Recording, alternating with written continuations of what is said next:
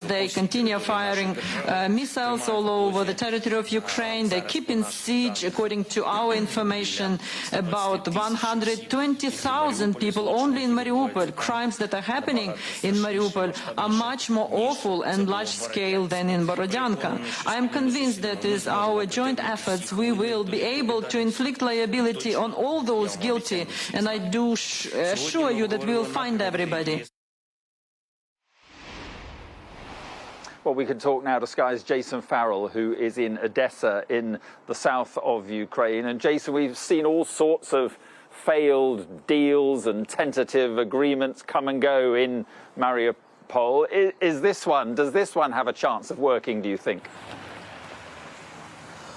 Well, there have been prisoner exchanges before. There's been 5 prisoner exchanges during the course of this conflict, only one yesterday in which 76 Ukrainians were returned. So Zelensky's perhaps thinking that this is something that the Russians might be up for. They might agree if they can get some of their own troops back, because these are almost prisoners of war. They are effectively surrounded. It's impossible for them to get out. We heard from one of the commanders in a video earlier saying that they're outnumbered 10 to 1. They have 500 wounded. They have over 1,000 civilians there. I've spoken to the wife of one of the people who is one of the fighters there, who says that the conditions are appalling.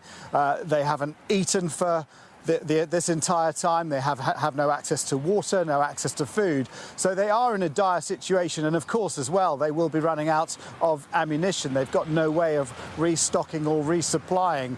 And they are being consistently pummeled and blasted. One of the explosions reported this morning was heard 100 kilometres away. Now, my colleague, Mark Stone, has actually managed to be able to get some questions to one of the commanders who is inside that steelworks which has been surrounded. Let's have a listen to what he's had to say.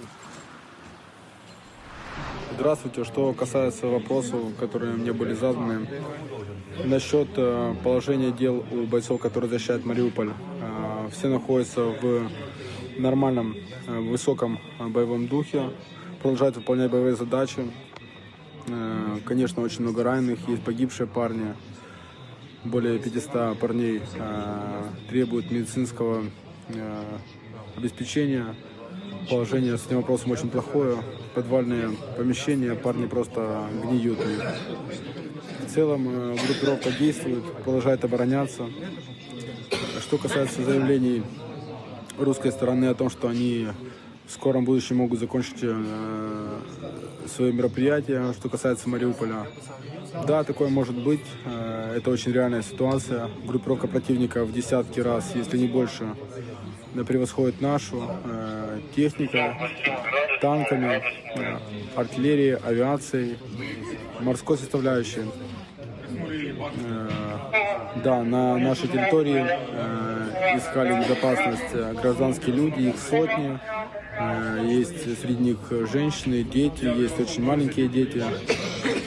В целом тоже очень требуется помощь, так как они оказались тоже в ловушке и находятся под постоянными обстрелами и ударами артиллерии. Спасибо.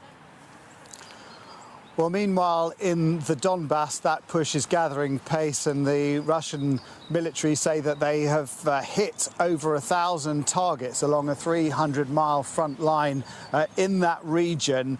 And we've also had a development this afternoon because, as you know, President Zelenskyy has been asking the West to continue to resupply and restock weapons for Ukraine.